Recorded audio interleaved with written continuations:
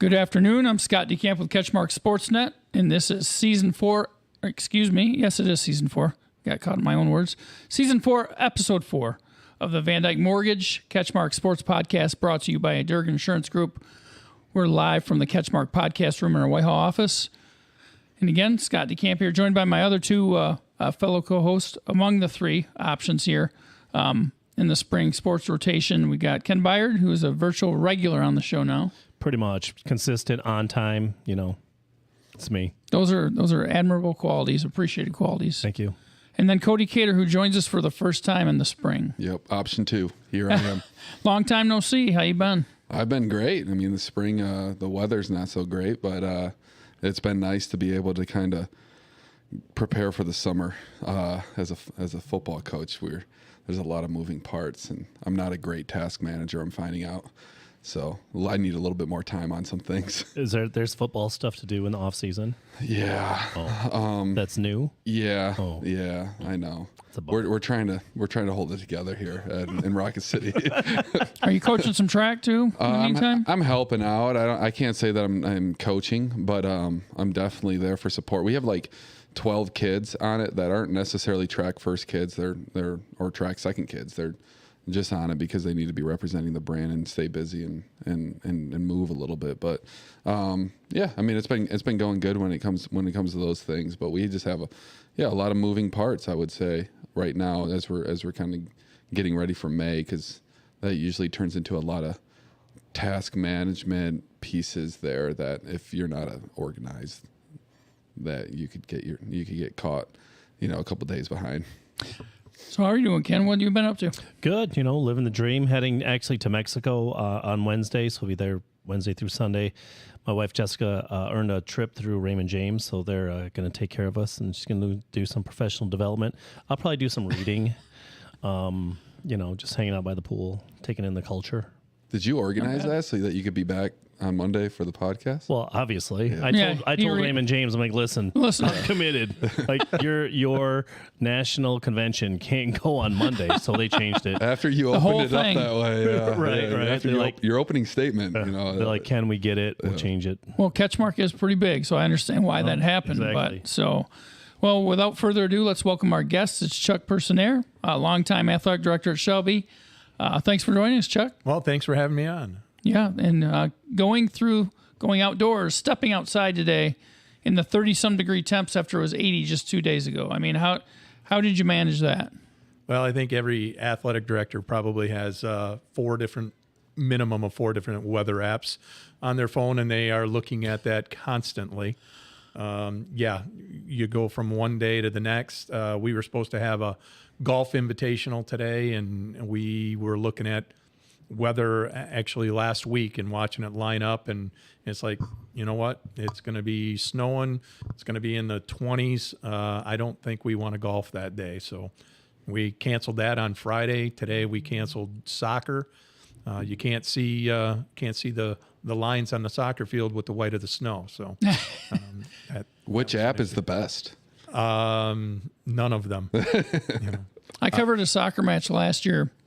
It was North Muskegon at Western Michigan Christian. It started out cold and maybe spitting a little bit. And by the second half, it was like huge flakes coming down. The field was covered. Now they got turf at Western Michigan Christian, so you can manage that a little better. But yeah, it was crazy. So is the turf that's more versatile, like with stands? It's specifically for soccer. I know it sounds like it's a little different. Yeah, that's interesting. Than maybe the traditional like field turf or whatever you see on football fields now all over the place. Mm-hmm. Well, last year Ken experienced it. I did. So I was just going to give Chuck a huge shout out. So last year, Coach Cook had some health issues in the spring, and so I got to take over the AD responsibilities for the spring season. And thank goodness for Chuck, because he was the guy called and helped me figure this out. And that it must have been the most rescheduled spring in the history of springs. And hey, I got to be in charge of that. So that was a lot of fun. But I really do appreciate all the help you gave me. But the funny part was we were supposed to play North Muskegon in baseball. And we're looking at the weather during the day, and Ken and I talked probably 3 or 4 different times, and it was going to be a downpour about 4:30, and we're going back and forth, and finally he said, you know what, it's just not changing. So we bagged it.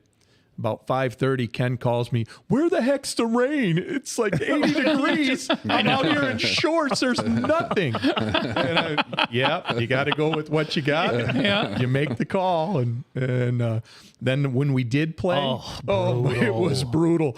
Parents were saying to me, "We canceled the really nice day to play on this day." No, you can't win. It was so cold. You can't win. But speaking of ADs, and hopefully I'm not missing you or anyone else that received these various awards that have come through. Obviously, Leroy Hackley Jr., Morse Review, some kind of service award he won recently. Yep. Jeff Cook, that's why I bring that up. Yeah. Yep. Anyone else in the league? Not that this, you know of? Not this past year. Jeff was a 30-year service award winner. And Jeff's been doing it for a long time. He'll be the old guy at the table next year when Tim retires. When Tim retires. Yep. And obviously Leroy's been around for a while. He's been at a few different schools. Yeah. So he brings that to the league, which is kind of nice. So Congrats to those guys for that as well. Yeah. So, but before we dive into the discussion fully, let's take a moment to thank our sponsors. We'll start with Grieve Law, West Michigan Joint Divorce Lawyers, Big Stone Therapies, Greenridge Realty, if I could speak, Chris Dykman, Sarah Real, North Grove Brewers, Foundation Systems of Michigan with John Botten, Coldwell Banker with Dave Duesenberry, Scheid Plumbing, Heating, and Cooling. Special thanks to our title sponsors, Van Dyke Mortgage Lakeshore. You can find them at 460 West Western Avenue in Muskegon. You can also call them at 231-332-6500. And then, of course, Durga Insurance Group. They're at 1535 Far Road, Norton Shores. You can reach them at 231-744-9106. Hit those like and subscribe buttons if you would on the YouTube channel here. Make sure you like and follow our social media platforms, Facebook, Twitter, Instagram, and even TikTok. And as a reminder, hit us up in the comment section. The guy that's always first in line is here again, Sean Hadke. It's either him or Dave Duesenberry that's commenting on here. And it's Sean. He said he had to watch last week's later on, but he said it's good to see us today. So, again, after all those, thanking our sponsors here, and we appreciate everything they do, let's find out more about Chuck here. And so for your background, where were you raised? Where'd you grow up? I'm actually from the suburb south of Chicago called Palos Heights. So that's where I grew up. I was born in Roseland, which is actually part of the city of Chicago. So do you like that hat or dislike it? He's got to be a White Sox fan. No, actually, I was born a Cubs fan. All right, let's go. Go Good Cubs, job. go. Good guess. Right. Good guess, Hey, Cody. hey, what do you say? Yeah. No. Would that get you beat up growing up on the south side of Chicago? I mean, that's regularly like White Sox land, right? It's White Sox territory, but there's a lot of Cub fans there because a lot of people moved that direction from the city itself. Okay. So yeah, my dad was a huge Cubs fan. So Do you still follow? Or I still follow. All right. When's the last time you've been to Wrigley? It's probably been 10 years or so since I've been to Wrigley. What was your first experience at Wrigley? I always explain to the people the first experience of Wrigley is just different than any other place. I was a kid. I was That's all you knew. elementary school. So it's all you knew, yeah. Yeah, so that was pretty much all I knew, and same with Soldiers Field. Okay. Going to watch the Bears play and those types of things, and we'd hit White Sox Park as well.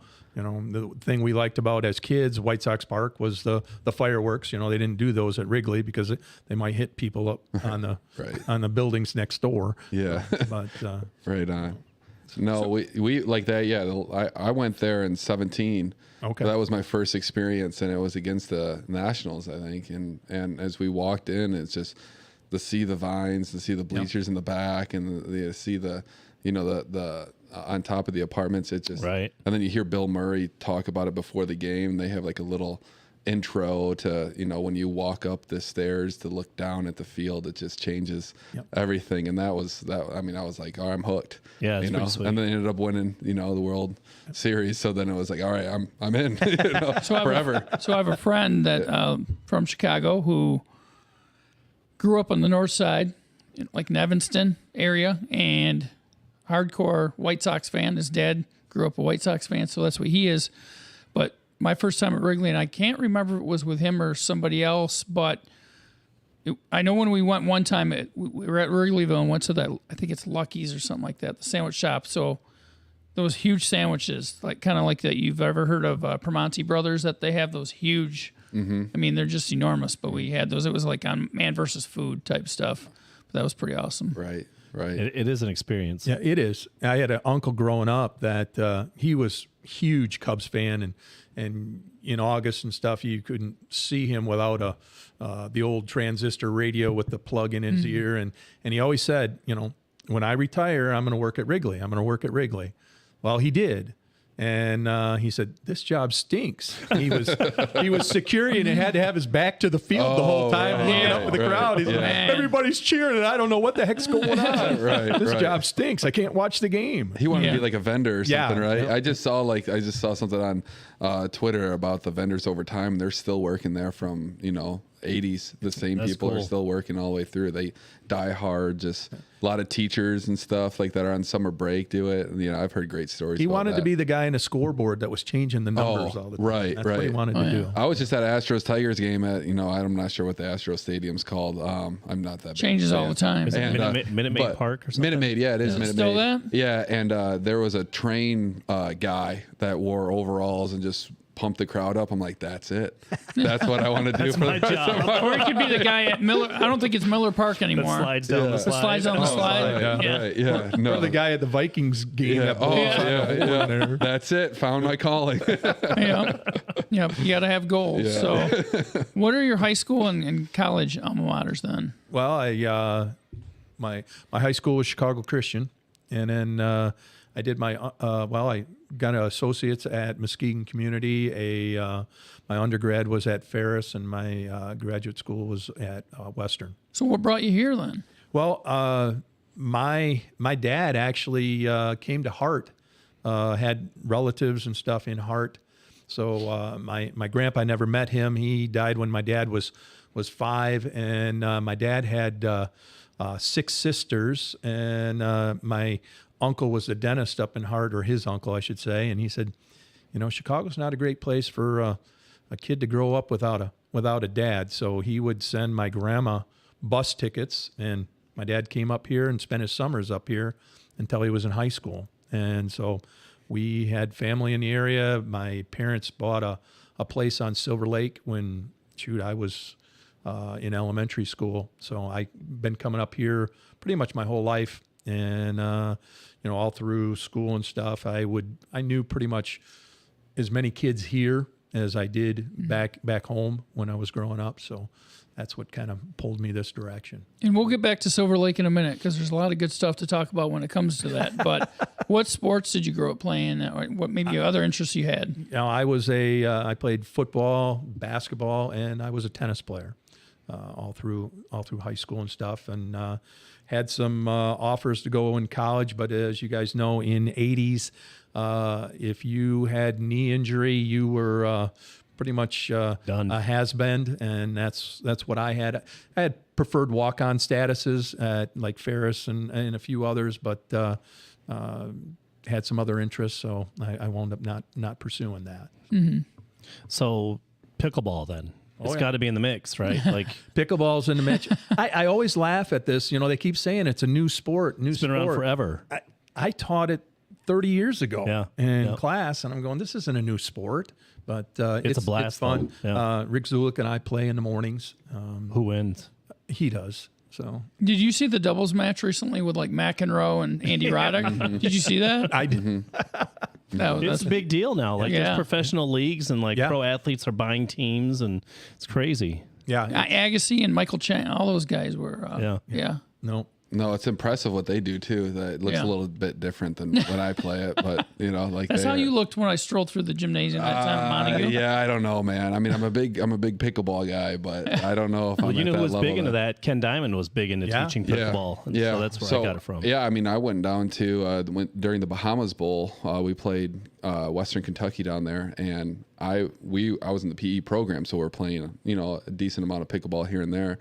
But we went to go play pickleball against Western Kentucky, and none of them knew the sport, so we just won. I won the tournament at the Bahamas Bowl, but I wasn't really going against anyone because they didn't know how to play it. So, And I think thank you, Jay Mulder and Ken Diamond for teaching us the sport back in the day. We've bbrought this up before, but Tony Anise is big into that too, right? Yeah, no, from what I've heard, every time, he here and there, just a random text message that, hey, I'd kick your butt in pickleball, just randomly. We have never been able to square off, but he looks like he's in great shape looking at the Glacier Clinic film. From him traveling around the United States the last 2 years. So Dave Dusenberry workout. Yeah. Speaking of Dave is with us. He said, I'm here. So we know he's out in the audience. He's lurking. Right on. I wonder if he plays pickleball. Oh, I got to believe he does. How do you have time to play pickleball when you're always hitting the freaking dumbbell rack? For sure. Right. Racking them. We need answers, Dave. Rack. We need answers. So you said a Ferris State alum as well. You follow the athletics there. I mean, the football, and how proud are you of what they're doing there? It's exciting. It really is. It's every year you think, they can't get any better, but they seem to. They're competing and doing well, and it's exciting as a Ferris alum to watch that. When I was going there, not so much. Were you involved with athletics at all when you were there, just helping out or anything along those lines, or were you not a lot? Spectator? No, I was a spectator. Mm-hmm. I went there actually a little bit later in life. I was not a true get into education right out of college type deal. I've got a marketing degree, so I went into the business world for 5 years and then got sucked into education and went back to Ferris to get my education degree. So, yeah. Did you do any coaching along the way? I'm assuming you have. I have never not coached. I started coaching in Shelby in 1986. Okay. Coaching football with Jim Mason was our head coach back then. And that's back, the Troy Gull or the Aaron Gull. Aaron Gull, yeah. I played against Troy, yeah. So you were on that staff that went to back-to-back state semifinals? As far as which was more recent. That was more recent. No, I was the athletic director then. All right. But no, I coached football. I was a head coach for Shelby for 4 years. I actually coached track there as well, and then for over 30 years I've been doing basketball. So I've been with Rick for. So why marketing to coaching? Like what was that? Well, what kind of happened is Jim Mason was our head coach at Shelby back in the early 80s, and we had a situation there where had to shuffle some staff members around because of some illness and some surgery type stuff. So he reached out to me. I was actually in the business world, and he reached out to me and said, hey, would you consider coming and helping us coach and taking over as a defensive coordinator on the JV team? And so Paul Lound and I were coaching the JV team, and Jim kept saying, you should look at education because, as you know, eligibility is an issue. And when I first started, I'm going, oh my gosh, we got 7 or 8 kids that are on probation. So I grabbed 7 or 8 kids and I loaded them in my truck after practice. And I said, come on, we're having a study table. I got to go to work, but you're going to do work at the counter while I'm doing this, and your parents can just pick you up there. So we started doing that type of stuff, and next thing you know, kids were eligible, and we started being a little better in football from that standpoint. And Jim kept saying, "You need to look at this. You need to look at this." And so I did, and the next thing you knew, I was leaving my job and going back to school to change my business degree into a business education degree. Wow. It does help when you have the Gowls come through, right? Oh yeah. So what is it about Shelby? What is it about Shelby that keeps guys like you and Rick and Brian there for so long? I mean, you said earlier 42 years, 32 years, 33. What is it? Is it the community, the school, the culture? What is that? It's a little bit of everything, I think.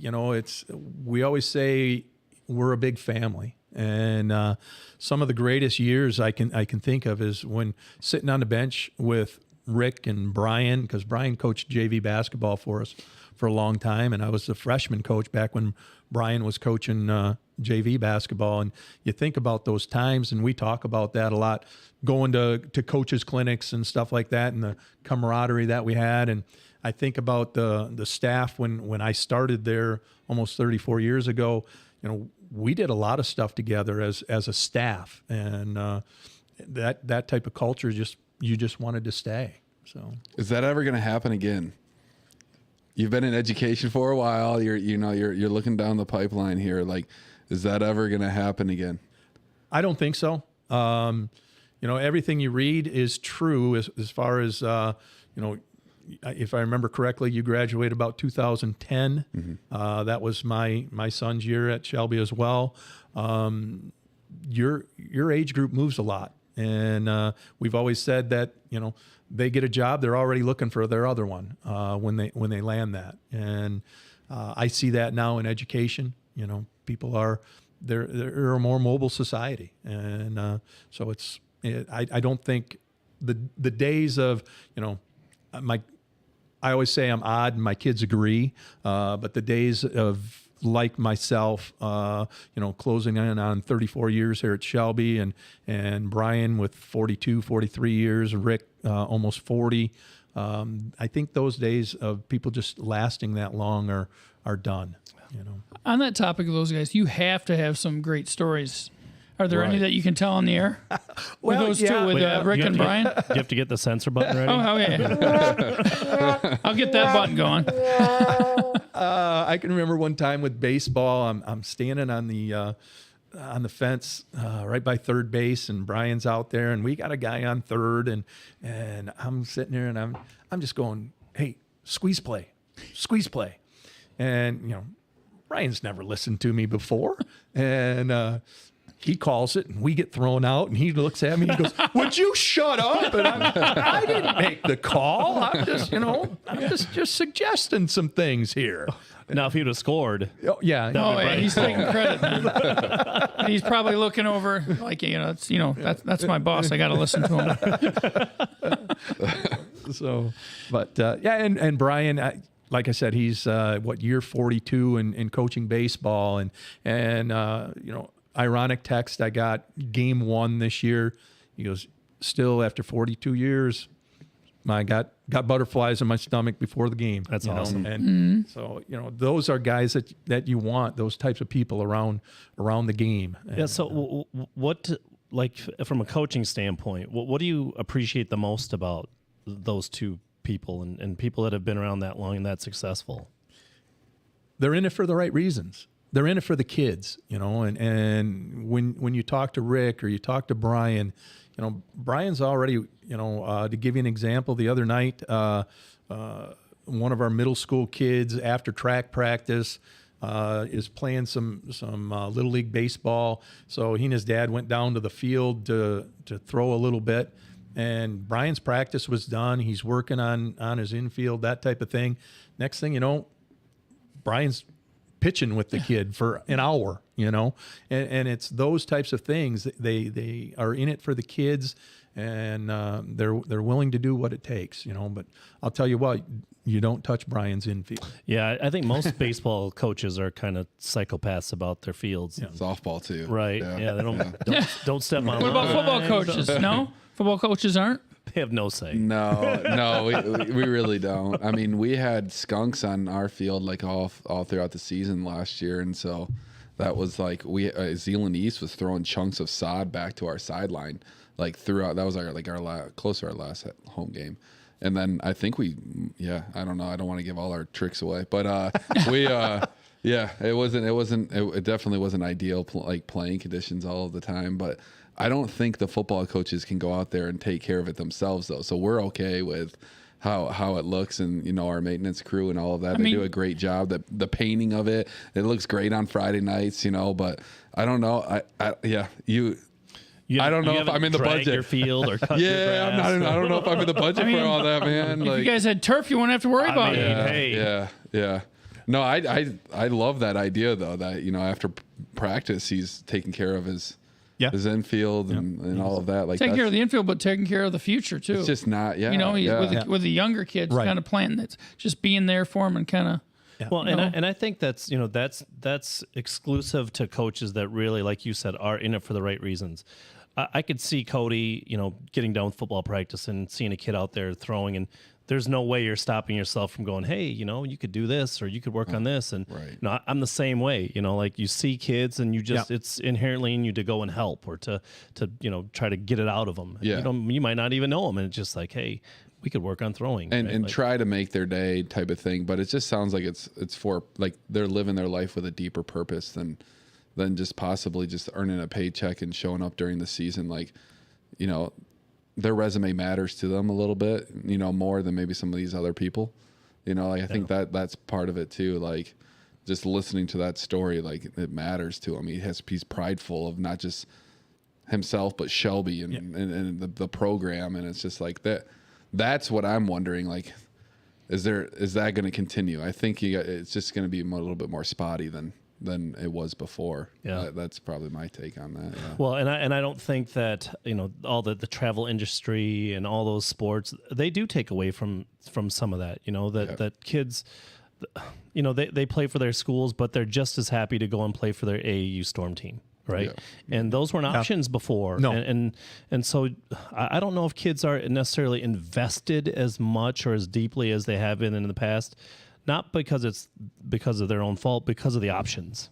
Right. And, it's crazy though. You see kids now on that other side too, that, you're talking about specialization, that kind of thing, but you get a kid like Camden Thompson or Addie Hovey, where they're playing for their travel basketball teams, going out of state or whatever, and then the day before, they're 3 or 4 events at a track meet, winning them usually. Right, yeah. I mean that happens with both those kids for sure. It still happens, but it's fewer. It's the special ones. Right. Used to be. Those are unique. Yeah. Right. Yeah. Right. Now it's the special ones that like totally understand, community. Yeah. And what it means to represent a community across the chest, like that. Those are special kids, like when that comes around. But it's also coaches.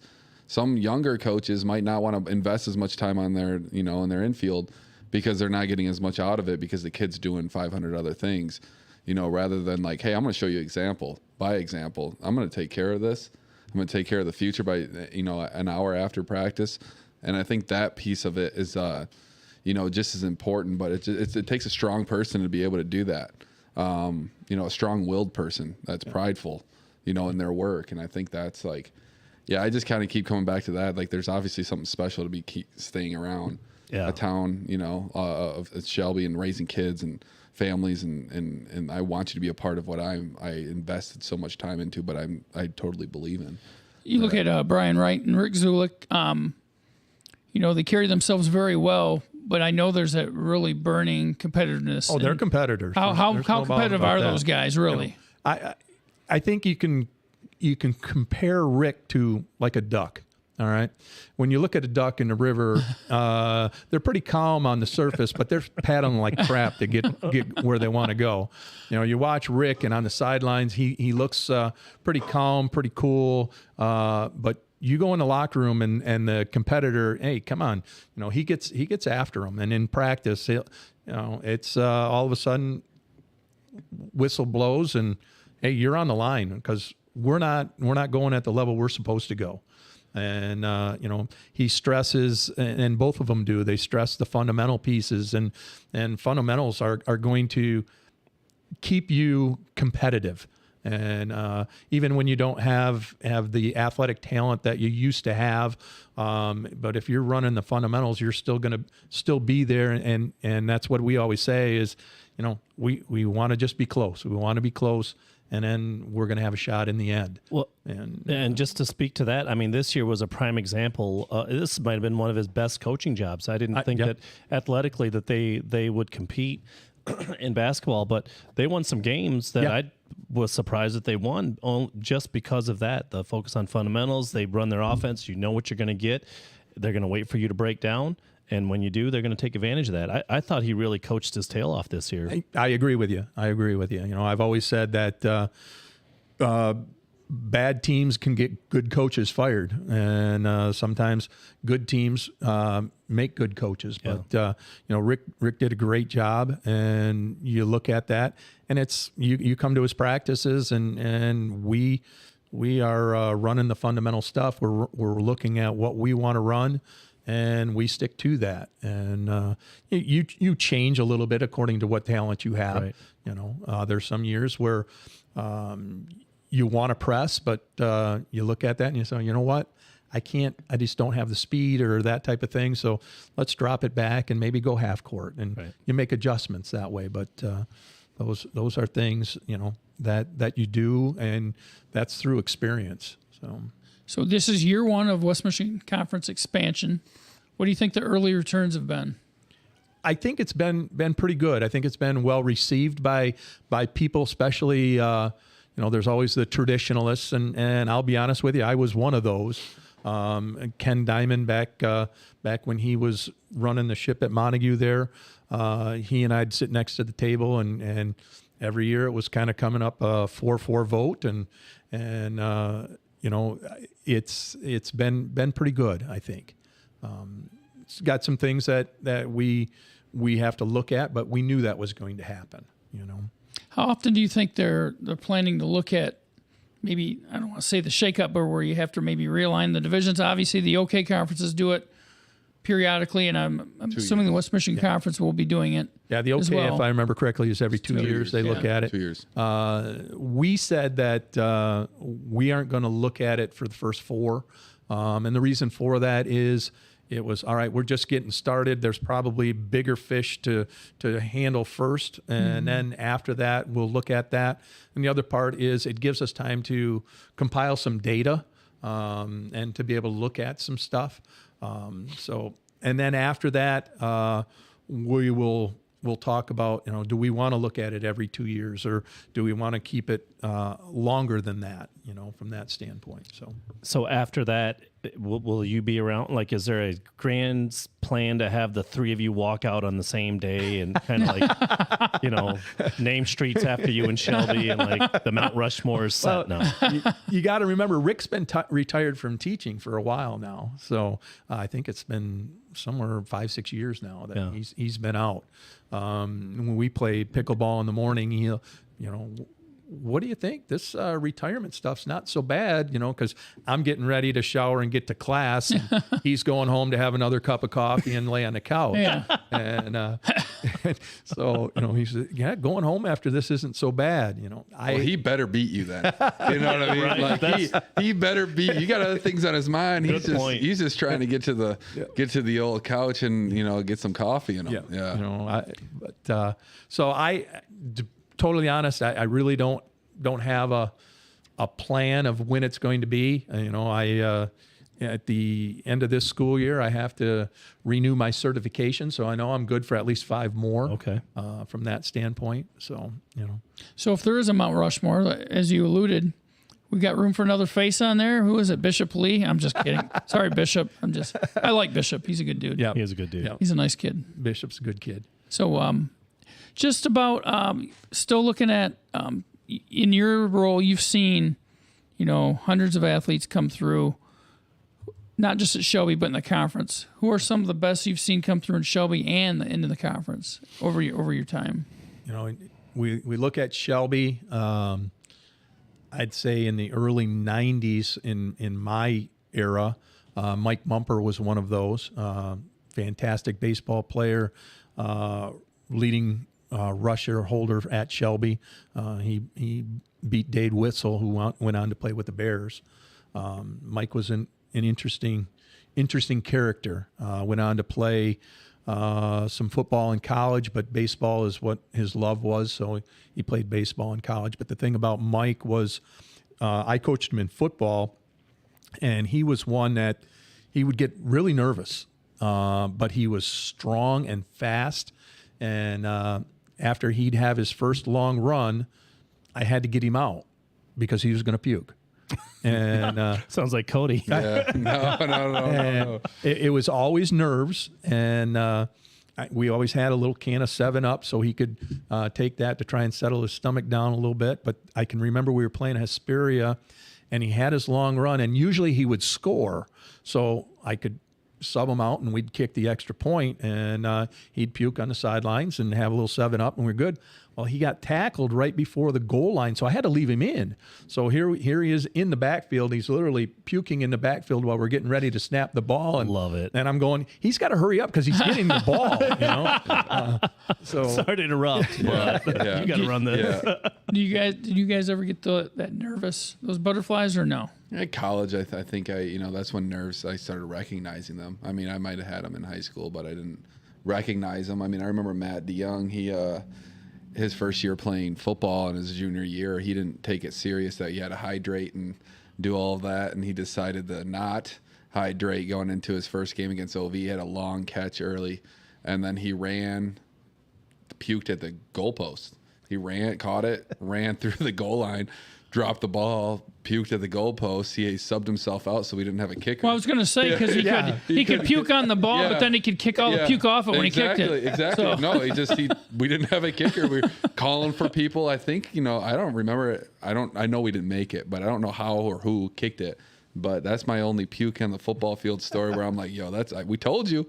Like, it's a different feeling out here, man. You're not in this type of shape, this type of heat, this type of, adrenaline. Like, it's different, like that's my only. Yeah, we had Asa Bays when I was at Montague. Wasn't the best in shape kid either, and had a long run, and we ran wing T, and we get down to the 2 or whatever, and we're in our stance, whatever, and call the play, and fortunately it's fullback dive to Chad Bays, and Asa's standing next to him, just hurling, like doesn't move the entire play. Yeah, I think we called that because he wasn't moving. Yeah. No, that's impressive. Getting it done. So we have some comments on here. I don't know if it's Maya Jenkins. Maya Jenkins. This is Sean Hadke saying Maya Jenkins was an absolute unit. That's what he's calling her. So she was just stud at. Yep.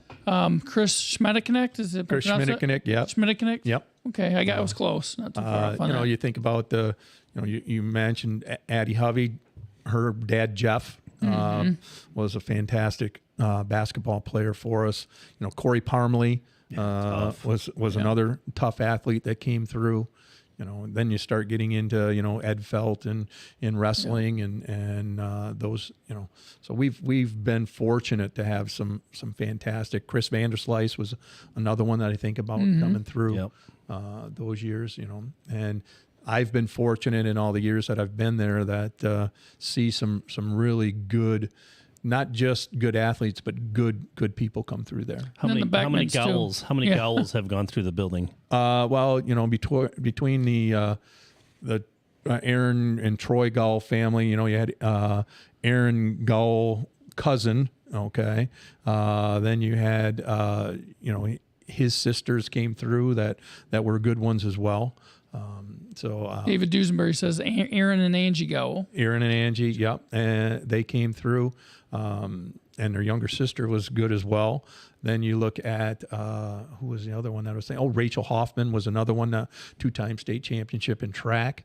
Rachel was one of those that was just a natural. She was a great basketball and volleyball player as well, but she was outstanding in track. More Gowells or more Beckmans have come through? Probably more Beckmans have come through, and we just starting to scratch the surface on the Beckmans that have come through there as well. Yeah, man, as you're rattling all of those names off, especially the male athletes, I just keep on picturing the socks. What's up with the Shelby basketball socks? I love it. It's tradition. Okay. And and I laughed because I sent some pictures. My kid, my oldest son, teaches and coaches track out in Massachusetts, and he obviously was born and raised through Shelby and played for Rick as well. And when I sent some basketball pictures, he's going, Coach Z still got the socks going. Right. I gotta like that. Yeah. What is? There's no principle behind. There's no what is the idea? Well, back in his day, you wore high socks. None of the no shows. That type of stuff. Yeah. So he started out. He was the one that was buying them and handed them out. Said, these are the ones that we're wearing. And I always tied it into the John Wooden era, but it's Coach Z kind of looks at them and he'll pick them out. And does he believe the other teams that you guys go against are just a bunch of posers? Then just a bunch of frauds. You know, They're not real hoopers. Yeah, they're not real. They don't have the socks on. You know? What'd you wear? Yeah. Did you wear ankle socks? And what'd you wear when you played? I didn't have. I mean, yeah, ankles. Not the no shows, but Right. the, you know, those. I guess you're like old now when you wear those. Yeah. I found that out. Bro, I have no show yeah. right now. All the time. But no, it was more along the lines of you know, the ankle socks that go into the calf or whatever. But I just feel like a poser now. Like that's not the way basketball is supposed to be played. But yeah, no, we played against some great teams. I mean, you're rattling some guys off, but like, who are the best teams that come through that? You just said like maybe there weren't like just a stud athlete, but like that was just a solid overall. Guys bought into the family and played hard for us and the coaches. Yeah, well, when you think about it, and you know this as well, Cody, you can have one real stud athlete, but you got to have something to go with it, and in order to make runs. And you know, fortunately, you know, you take when we had the Andrew and Jason and DJ and all those Beckmans coming through. Everybody was buying into the program, you know, and they were working hard together. And to be honest with you, they were moving from one sport to the next sport. And right. you know, love that. Yeah. And that was a big thing. You know, I can't even remember when. It was early 90s. We started what was called the 12 Sport Athlete Award. I saw that. Yeah. That's cool. That's cool. That's real awesome. What you guys have in the display that you have in your school there. You know, good friend of mine, Rich Tompkins, he kind of presented it to the Michigan High School Coaches Association, and now it's the Rich Tompkins 12 Sport Award. You know?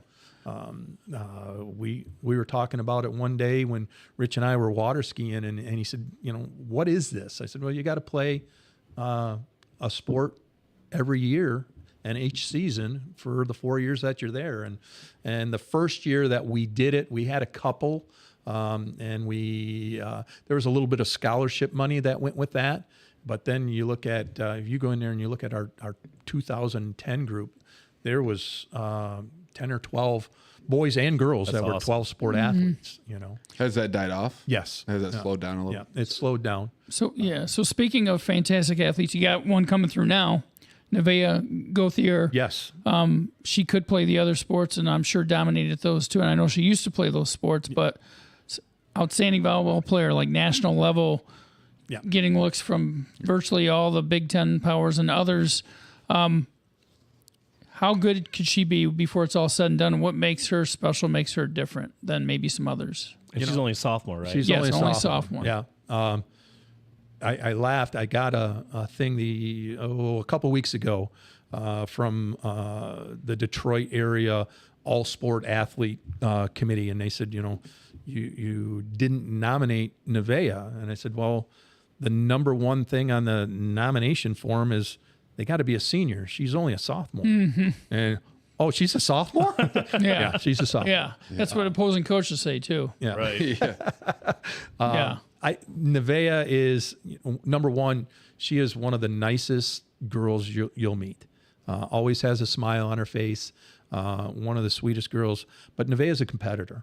During the COVID years, that year of school, I went over and taught a PE class over there, and she was in middle school, and we were doing a little ultimate frisbee in there, and we were short kids, obviously, and so I was playing with them, and I'm kind of pushing her a little bit, you know, and all of a sudden the competitor in Nevaeh came out, and she started pushing me back, and next thing you know, she went up, grabbed the frisbee and scored. She spiked it, and she says, "Take that, old man, let's go." I'm going, all right, game on now. It's on now. You know? Let me get some water to stretch. It's on. That's awesome. So have you gotten her out on water skis then? Because that's where I was going with this earlier when I was talking about Silver Lake, and you just mentioned water skiing, and So tell us about that, because it sounds like I heard from a little birdie that you might do that like every morning. Not now, but Well, if the boat was ready, we would have. I've skied on Silver Lake every month of the year except for February. Oh, wow. I've got to get February in, and I kicked myself. It was 5-10 years ago when we had 70, 80 degree weather there in February, and I didn't get it out and go for it just to check it off the list. But I am an avid water skier. My water ski partner and I, Andy Snyder, we try and go out every day that we can, and it's usually a 5:30 in the morning deal. Dang. So we get out before the fishermen, and we enjoy it. It's fun. It's something that I grew up doing, and so I've taught all my kids how to do it. I've got a grandson now, and it's kind of interesting, talking with like my daughter. Fortunately, she's pretty easygoing about this, but I'm looking at him and he's not quite a year and a half, and I'm going, yeah, he can ski with me this summer, and we're good. And my daughter says, what? And I said, well, you don't probably remember much, but you were about 2, and I had you standing on the front of. Said I went with 2 skis, but I had you stand on the front of your on my skis, and we would go together. And I said, that's when you started. And I said, so he's almost old enough.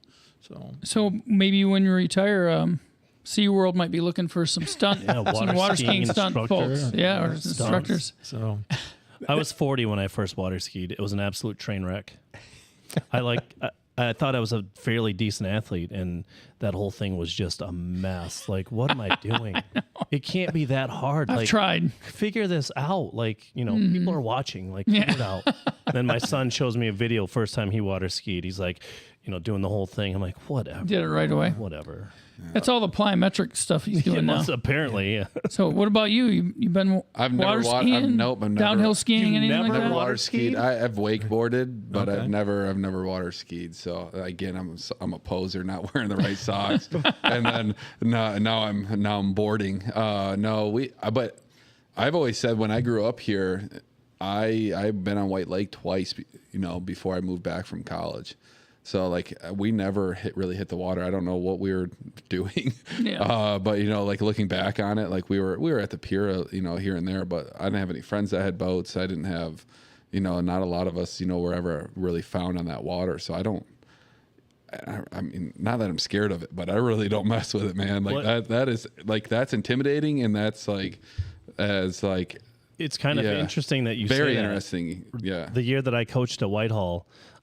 Coach football there, that was kind of the big thing, like Whitehall cupcake eaters, like they're at the beach and they're hanging out, and Montague kids are riding their bikes 5 miles to go to the weight room and lift and ride back and then come back for the night session, and so that doesn't surprise me that you weren't on a lake or in a boat or water skiing. No, I hadn't. I think I was on a boat twice, on White Lake, and both times it was, it was fun. Yeah, it was a good time, but I mean, it wasn't anything that now I wish I had more skill, like in those types of things, because even driving the boat is more difficult than I wanted it to be, especially we won't go there, but well, it sounds like you have someone who can teach you. Yeah. No, we'll go. Yeah, the water skiing, man, that would be that's just so interesting to me, and how committed, because I know someone else that's just as committed to water skiing, and they're over on Blue Lake, and they are just all in on the culture of it and everything. So one thing that we all are very familiar with is eating, and if you're up at Silver Lake, you got to go to the Chicken Shack. So do you keep that place in business, or do you not actually get over there? I make it over there. Yeah. Fortunately, I have a few contacts, so I can call ahead and say, where are we at? And here's my order. Right. Our end of the year West Michigan Conference now banquet. It used to be here in Montague. It's 2 years ago now. We moved it to the Chicken Shack. Great call. Great call. Yeah. I expect to get an invite. Cool. I asked last year, and you go, no, you probably don't need to come and cover it. I'm like, I want to cover it. Hint, hint. Yeah. The numbers at the end of the year banquet were starting to drop off. Oh, they were huge last year. And then we were talking about this, and COVID kind of brought this out. It was, okay, we really can't do it at the VFW Hall in Montague because there's a restriction on how many people. Well, that's out at the Chicken Shack. It's an outdoor facility. So I made a couple of calls, and Craig Seahawk and his crew were welcome to us coming out there. And I'll tell you what, the first year that it was out there, I got coaches from like Oak Ridge and Ravenna. They were complaining at first, hey, we got to drive all the way out. Right. Montague was far enough. Now we're going out to this place out in Silver Lake. What are we doing here? And tell Kerry to shove it. Yeah. They figured it out. Afterwards, they're all, this is great. We got to have this back next year. And then word got out, and it grew last year, and I think this year's even going to be bigger. From that standpoint, not just because we have more schools, but people are thinking, oh, this is good stuff. And so will CatchMark employees and volunteers be invited to that, you think? Well, BB's the head of the league this year, so all right, we'll work on them. We'll work on them. Let's just bring the setup and set up. Oh, there we go. We actually should. That's a good idea. Just rotate coaches and ADs. Yeah, you better get that sensor button real red. Yeah. Only the people we want to talk to. I was going to say, because there might be. I'm not going to go there with because it's a celebration end of year, kind of celebrating the coaches. So, but you could have some interesting discussions on that. But 100%. Yeah. You got a panel going. Yeah, I get 3 or 4 at one time. But the first time I had those wings, man. Oh, next level. Those level. Are so good. Yeah, they are very good. How beautiful a place too is Silver Lake. Just so cool. Are you on it? Are you living setting? Yeah, I live on it. The nice part is about Memorial Day, you're ready to start seeing people coming back, and by Labor Day, it's like, oh my gosh, I'm tired of I got to look twice to pull out of my driveway that type of stuff. And then they roll up the streets, and it's quiet for a while. Do you work in the summer? I do. I've been driving at Mac Woods for closing in on 38 years now. So were you there? I don't know if it was you or someone else. Wasn't there was someone driving like the U of M football team when they came through? Or yeah, I was there. Yeah. They came in 5 or 6 different buses, and it was interesting. Great group of guys, though. They were really good. But it was, the kids that I had on my car, they're just looking, and a lot of them are inner city kids, and I said, can I ask, what are you looking at? There's a lot of trees here. And I said, what? You got a lot of trees. Yeah. And they said, what kind of animals do you got around here? And I'm, well, have you ever seen a black? Yeah, I've seen black bear up on the dunes and stuff. Oh, don't worry about that. I'm going to go. And we have a little spider that hangs up in the tree there, just one of those Halloween spiders. And I pull under and I say, holy cow, look at that spider. You never seen a group of football players laying on the floor. I'm going, oh yeah, the bear and the little spider, But it was fun to take that group. It really was. That's awesome. So back to West Michigan Conference and just MHSA sports in general. Are there any changes or updates you think coming either to the conference or to the MHSA that you're kind of looking forward to, or maybe a long time coming? The interesting part was, and Rick and I've had this conversation a lot, the shot clock, because that's been kind of just a little bit under the surface there. We truly thought that within the next year, it'd be here. I think it's going to be a little longer than what we thought from that standpoint. And I think a lot of it has to do with more financial than anything. For sure. It's a combination of two things. When we were talking with the MHSA about it, my point was, okay, let's throw out the financial piece about getting the shot clock itself, but you've got to have someone that understands the game of basketball that's going to run this thing. Right. And I said, so, where do we find these people if we don't have someone, a retired coach or that type of stuff on staff? And the suggestion that was given out was, well, just get another official. Yeah. Okay. Where are we going to get that? They're so plentiful. Yeah, they're just knocking down the doors, you know. So that's another expense that you'd have to look at, along with you're taking away from your pool of officials. You know, if you had a choice, you know, being on the floor, running up and down and getting hollering at people or running a clock, right? I think people are going to choose to run the clock for sure. So, do you think that'll be just a varsity thing, or is talk about lower levels doing that too, freshmen? Or probably not middle school, I'm assuming. I wouldn't think middle school, because it took a while even for the 3-point to get you know, recognized in the middle school league. But I think it would be all levels. Okay. You know, and I got mixed feelings about it a little bit, you know, but there again, talking with my son out there in Massachusetts, when he moved out there, he said, my first year, I hated it. He said, I just hated that. He said, but now that I've been here for a while, I see it. And I think it's some good stuff. And, you know, you go back to, not this year, last year, our district game with North Muskegon. North Muskegon got up at halftime on us by 10, and you got to give Chuck Ripstra credit. You know, he got the ball in the second half, and I think he ran his offense through pretty much the whole third quarter. And, you know, they weren't looking to take a shot, and they were just running their offense. And it's too early to start fouling. And, you know, pretty much ran the whole third quarter down before they got a nice layup out of it. And we didn't touch the ball. Right. You know, so. Yeah, that would be frustrating. I welcome the shot clock. Yep. I hope it comes sooner than later. I've heard, you know, the next couple of years, but you know, it's the state of the game at every other level than high school, and Michigan's one of the only high schools that doesn't have it, and so I hope it gets here sooner than later. What about spring football? Heard anything on that? I haven't heard anything about spring football. Dang it. There was a discussion about, you know, volleyball. Volleyball seems to be a hot one right now. Yeah, Shores and Grand Haven, obviously bigger schools, but they have it right now. Puffer have it too, right? Puffer has it, right? Yeah, I think it's a club, but we're And starting. A lot of club stuff right now. Yeah. Are they in the spring? It's a spring sport. Oh, it is? Yeah, for boys. I think you guys bring on pickleball too.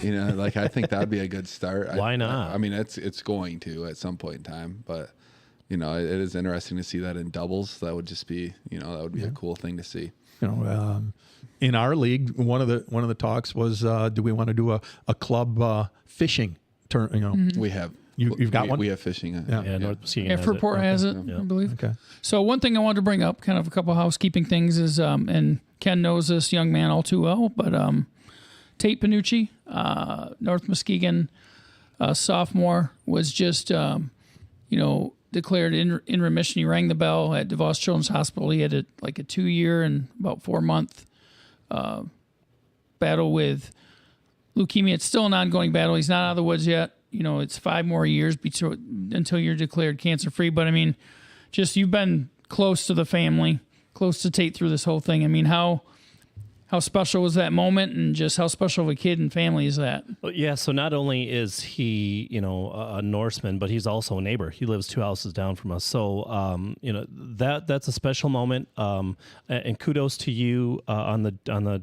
work you did with that story and that article. And you captured a lot of what I think the whole North Muskegon community thinks and feels about him and that family.